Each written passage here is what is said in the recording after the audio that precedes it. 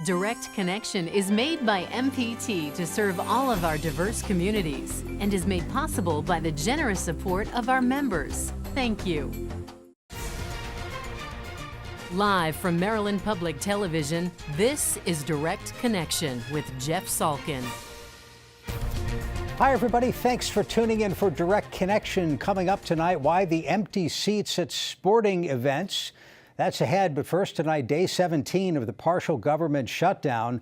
When will it end? Joining us now from Capitol Hill, Maryland's 8th District Congressman Jamie Raskin. Congressman, thanks for being with us. What are you hearing? Anything in the works? Well, let's see. Last week, the new majority in the House, Jeff, adopted legislation designed to put a quick end to the government shutdown. What we did was to pass bills for reopening the 8 federal departments that have absolutely nothing to do with Homeland Security. So we're talking about the Justice Department, the State Department, the HUD Department, Interior, Agriculture, EPA. So we said, let's open those right away, and then we will do what's called a continuing resolution for continuing the funding on a temporary basis of the Department of Homeland Security for 4 weeks, which would give us time to have the debate and the discussion and negotiations with the president about border security and what we should do. But the idea of holding the rest of the government hostage and holding so many people's fortunes and so many people's livelihoods hostage is just irresponsible and unacceptable. So we passed that. And now what we're trying to do, since it doesn't look like the Republicans in the Senate have taken that up, despite the fact that all of those departments had been funded already by the Republicans. In other words, they'd already adopted that legislation, so all they needed to do was to pass it again, but they don't seem to want to do it. So now we're going department by department, and so we're taking each one in turn. So we're doing Interior and State and Agriculture and Justice and so on. Among members of Congress, the representatives in this area, you in particular, probably have one of the highest percentages of constituents who are directly affected by this. You know, there are more than 80,000 federal employees who live in my district along with their families. That's a lot of people.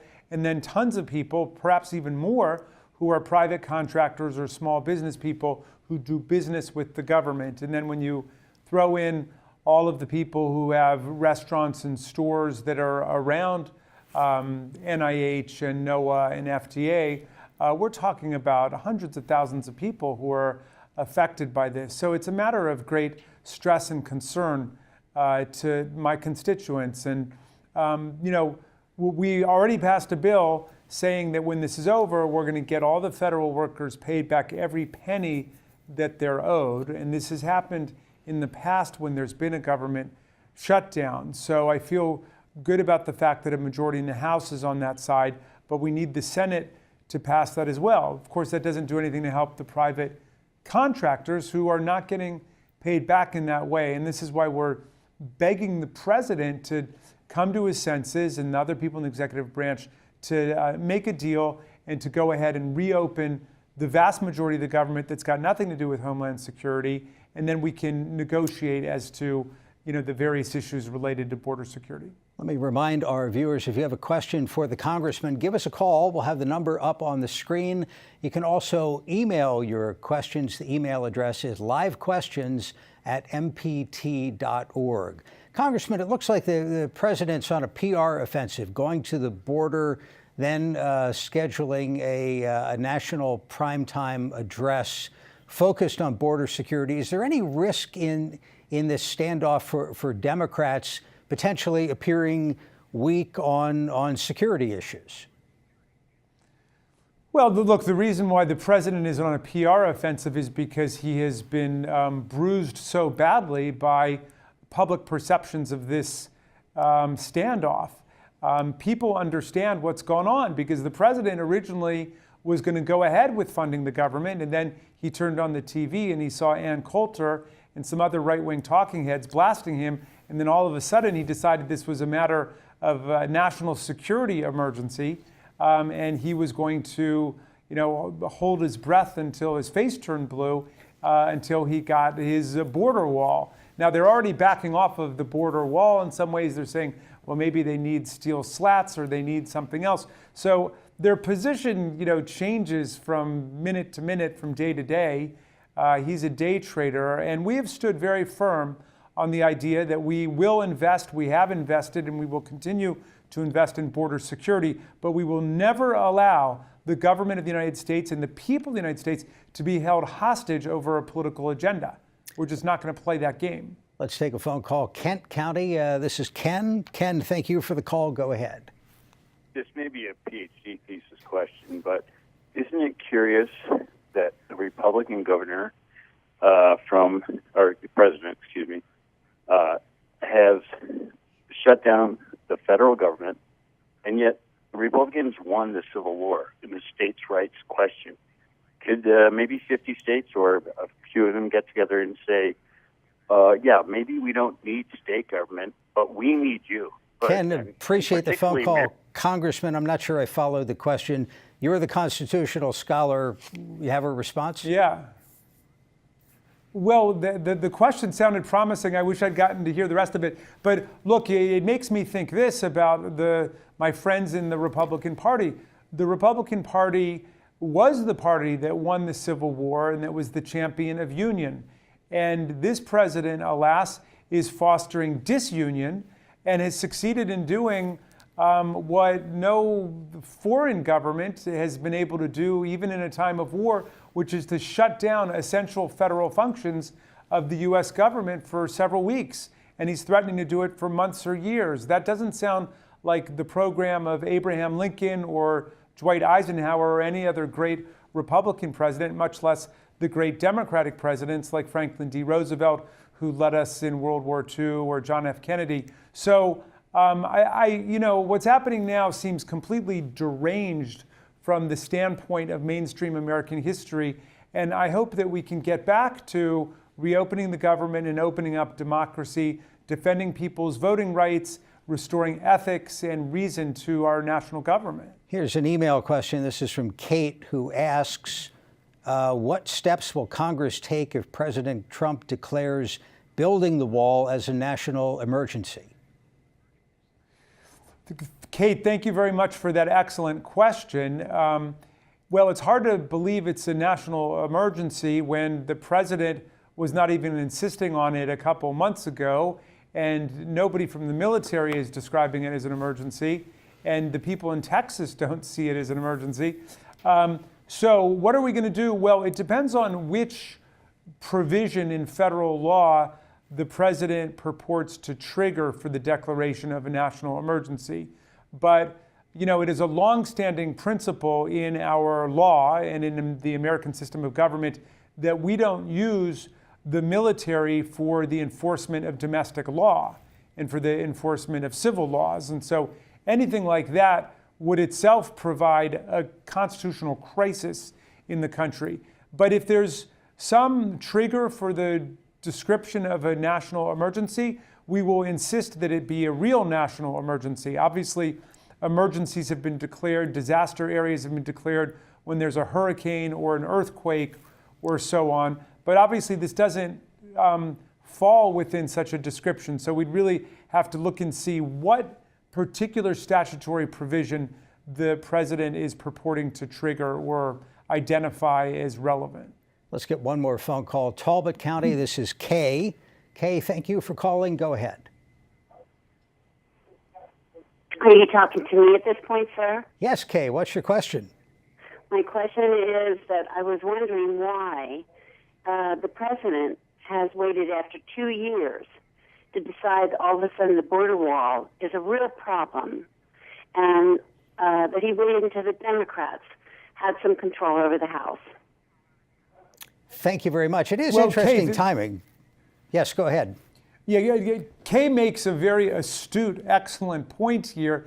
The president has said over the last week or so that some of the other presidents have told him that they wished that they had built the border wall, and they consider it an emergency.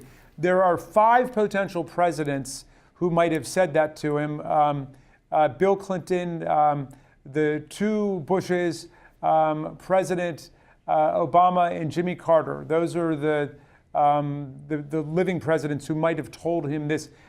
He hasn't said which one, and none of them has stepped forward to say they really said that. If they really believe it's an emergency, I think the president has a responsibility to identify who said that and to bring them forward. Otherwise, he was just lying to the American people about it. And Kay makes the right point, which is, why is it all of a sudden an emergency just because Democrats have taken control in the House of Representatives? Why didn't they treat it as an emergency when they had control of the House, the Senate, the White House, and truth be told, the Supreme Court too? Now suddenly it's an emergency when they want to throw a monkey wrench into the new House of Representatives. So we don't accept it for 1 second, and we don't accept a philosophy of rule or ruin, where either they get to rule the federal government or they will ruin the entire operation of the federal government. There are more than 800,000 federal workers who have been affected by furloughs or by orders that they report to work with no paycheck at all.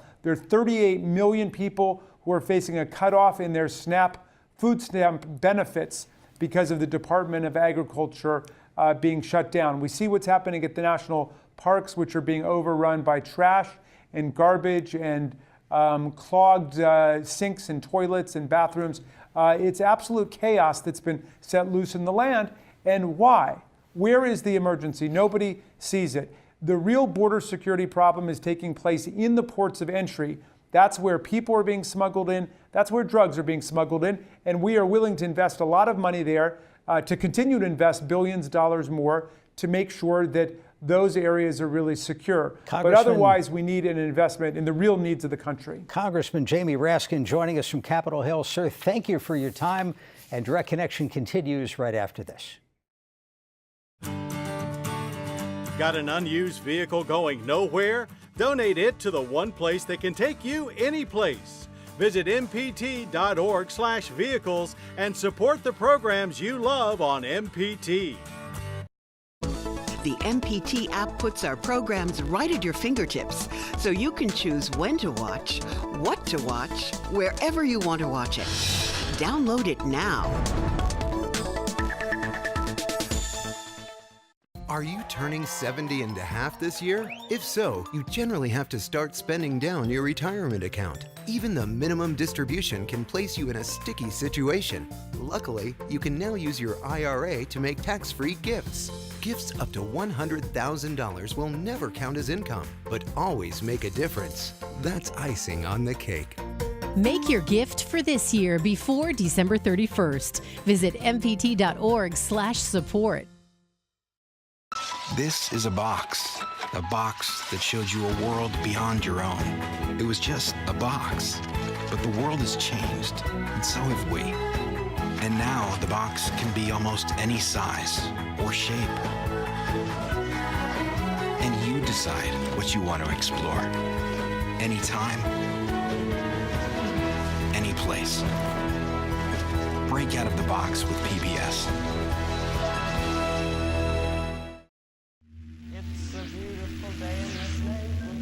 We are the curious. Wow! The adventurous. Oh! Grrr. Those venturing out for the first time. And those who've never lost our sense of wonder. Whoa. You seen this? We are the hungry. The strong. I must be the greatest! The joyful. A happy little cloud. We believe there is always more we can uncover. More we can explore. We believe in the capacity for goodness. And the potential for greatness. The torch has been passed to a new generation of Americans. PBS. PBS. PBS.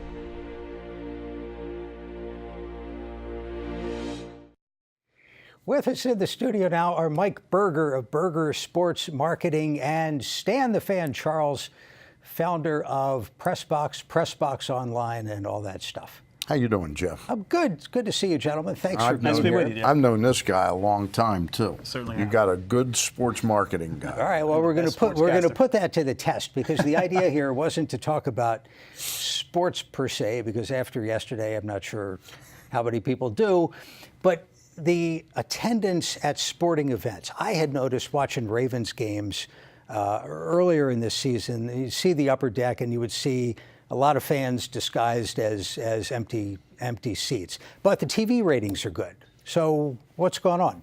TV ratings are back up this year. I think we've got a pushback on the whole kneeling national anthem issue in the National Football League. That's behind us? I think that's, for the most part, it's behind us. I think the president played the American public like a Stradivarius, and he had everybody sort of dancing to his tune. I think we've gotten away from that, and I think that's helped television attendance a great deal. Mike, what do you see? Yeah, no doubt. There's a lot of factors. I think, there's more competing for our attention now. So it's just not as easy to say, well, we're playing an NFL game in downtown Baltimore Sunday, so we'll see you there. Even if you had tickets to the game, you're not an automatic to attend. You're going to now look at factors like weather, and most importantly, how is the team playing? Is the team interesting? And I was surprised to see the playoff game in Baltimore, the Holy Grail. Didn't sell out in 15 minutes. Right. I think based on the emails I was getting, it took them all week. It did. It took them longer than it usually does. They had an initial wave when they were playing the Browns, where they knew that if they had beaten the Browns, that was going to be a home spot in the playoffs. And there was an initial wave of tickets that were on sale that they sold very quickly. And when the second wave came out, I think they found there wasn't that responsive a market, probably for a number of different reasons. But I think the biggest thing, and this is more of a global problem in sports, or a global issue that they've got to attend to, is just the changing way that technology affects how you get these tickets and how those tickets are exchanged. We're now at a point where if you're a PSL holder and you decide you maybe want to sell a game or two, you're not envisioning yourself going out to the stadium, holding up your tickets and trying to make a cash transaction on the street that may or may not be legal. You're pulling out your smartphone or your computer. You can put those right on a marketplace, and there's a ready community of buyers that are savvy and ready to pick those tickets up. And a lot of times they'll wait until game time and they can pick them up very cheap. So I think the secondary market plays into the rush to get those last tickets is not what it used to be. I think what Mike alluded to, though, back before, I think with the Ravens, a lot of it, and this is an NFL problem. It's not a Baltimore Ravens problem or, the city of Baltimore problem. I know the issue of crime is something that a lot of Baltimoreans and people that live out in the suburbs are concerned about when it comes to coming into Baltimore on a Monday through Thursday night when the Orioles might draw 9,000 to 14,000. But I don't think anybody is worried about crime on Sunday afternoon at 1 o'clock or 4 o'clock. The issue, though, is a league-wide problem now where a lot of people are liking the experience of staying home and watching games on television. On the big screen TV, it's terrific. Yep. Let me remind our viewers, if you have a question, a comment on sports attendance, sports marketing in general, give us a call. We'll have the number up on the screen. You can also email your questions to livequestions@mpt.org. Doesn't affect all sports. When you and I were talking earlier, there's one sport in particular where the TV experience maybe isn't good enough to have this effect. Yeah, and that's ice hockey, believe it or not. And I know Mike knows a little bit about this. The National Hockey League, if you go back to 1968 or 67, there were still only 6 teams in the National Hockey League. That meant cities like Baltimore and Cleveland and Pittsburgh. We had the Clippers, right? We had the Clippers, and we were very close. The quality of that product was very close to NHL level, but it was just done in smaller cities with different type arenas. But back then, in the 60s, I remember reading that National Hockey League would draw about 96% capacity. And I would say that that's far and away the best in sports still today. I think the NBA has a bit of a problem with this issue, and Major League Baseball does as well. Let's take a call from Prince George's County. This is Jack. Jack, thanks for the call. Go ahead. Yeah, you guys probably attend the games for free because of your press and etc. But that's absolutely not right, Jack. Okay, then forget that. But forget at least that. with me. You have more money than I do. What is the effect of the very high cost for seats and parking in attendance? I'm so glad you asked that because that's where I was going next. Is this just supply demand? You know, if the demand goes down, you cut the price and things get back to equilibrium. No, it's a big part of it. I think it takes more now to justify the expense and the time commitment to go to these games. You're talking about 5 or 6 hours of your time between getting up if you want to tailgate, getting down to the game, finding a parking spot, going inside. That's a 3-hour plus experience.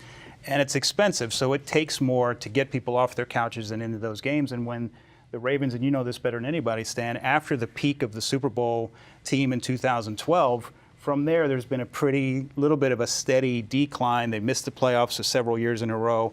The team really wasn't all that interesting. It was sort of built around Joe Flacco. And I think it's just the product has been the biggest factor. You talk about all these other factors that are at play, but when you see an empty upper deck, a lot of that is what's going on the field. Is it interesting enough to get me off my couch and out to the stadium and at the cost that the caller mentioned? I think with the Ravens, there was one other factor they had, and you get to the Oriole attendance issue, and it's a different story, and we can talk about that a little bit, the Freddie Gray situation. But I'll tell you, with the Ravens, the Ray Rice situation was a seminal moment in the history of this franchise where I think the Ravens had a clear misstep from public relations on. Clearly, they knew what had happened that night, but they straddled the fence, and so long as that video didn't come out, Ray Rice was welcome on the team. And that sent out a weird message to people, in my opinion. I don't know how you feel about it, but I think it was like, well, he can play on this team as long as nobody sees what he did. And as soon as the video came out like that, they changed on a dime. Well, pitchers and catchers report in what, less than 2 months? About 5 weeks, yeah. And the Orioles are expected to be bad again, and maybe next year too. What would you do if you're running the team and you don't want to see 40,000 empty seats? Yeah, well, they're going to see it. They're going to see it like it or not in the short term. And I think Stan and I were talking a little bit earlier. All you can ask right now of the Orioles is to take some of the steps that they've started to take. First of all, they finally have acknowledged that they need to rebuild the franchise and that they need to make some different types of decisions as they go about building the baseball team. And they've done that. They've now sort of publicly acknowledged, look, it's a changing of sort of the ownership guard, that the boys are now in charge, different philosophy, a different way of doing business, and they brought in some real baseball people from the Astros that are going to rebuild it in the right way. So the fans are going to have to be told and sold on the idea of getting along on that ride and investing in the young team and following them as they come up. But there are going to be some lean years in terms of attendance at Camden Yards, and there's really just no way around it. You work with a lot of companies, and you're sort of the interface between the business world and the sports teams. Does it affect suite sales? Sure. Does it affect events that companies might do, entertaining clients in different ways? Yeah, the biggest thing that I do is help my clients try to follow which teams we should be aligning with based on the trends that are right in front of us. And so for many years I worked for one team or another, and as a team employee you're subject to any ebb and flow that happens with the on-field performance or a scandal, and you're going to ride that wave wherever it takes you. As an independent consultant, I'm able to coach my clients and say, look, we may want to move away from this team or that team and over here. And a great example is the Capitals, and you talked about the NHL. Every client that I work with has some sort of deal with the Capitals. Love working with the Capitals. They love working with them. There's excitement there. There's demand on the tickets, which helps them use that as currency to entertain the people that they want to entertain.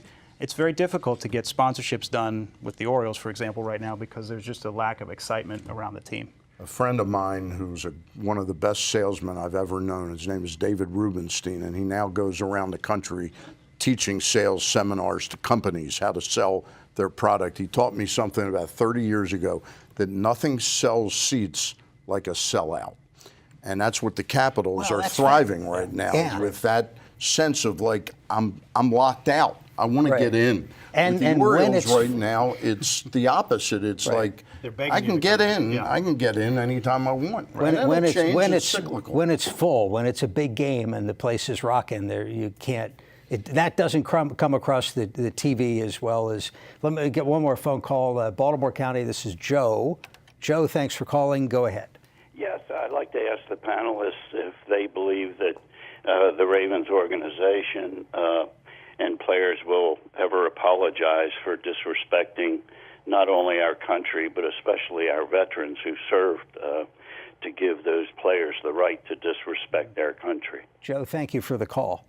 Does it just fade away, or do they need to? I don't think there's any apology needed to be made, frankly. And one of the things I point out to people that get all up in arms about this is those servicemen fight for those players' right, like ours, to decide to do things like kneel. They fight for the freedom of speech, and I think if we get too far out over our skis on that issue, I think we're taking a really short-sighted approach to what makes America what it is. Caller sort of made that point as well. I got 10 seconds. Next sporting event you're looking forward to? I'm interested in what the Terps might be able to do this year. I may be in a small camp there based on the attendance I'm seeing at Xfinity Center, but I think as you get into Big Ten play, they've got a couple of pieces there that are pretty interesting. I'm waiting to eat my first hot dog down in Sarasota in about 10, 12 weeks. That sounds like a plan. Gentlemen, Mike Berger, Stan the Fan, Charles, you read Stan's work, Pressbox Online. Thanks very much. Thank you. Thank you for watching Direct Connection. We're back Thursday with Your Money and Business. For all of us at MPT, thanks for watching and have a good night.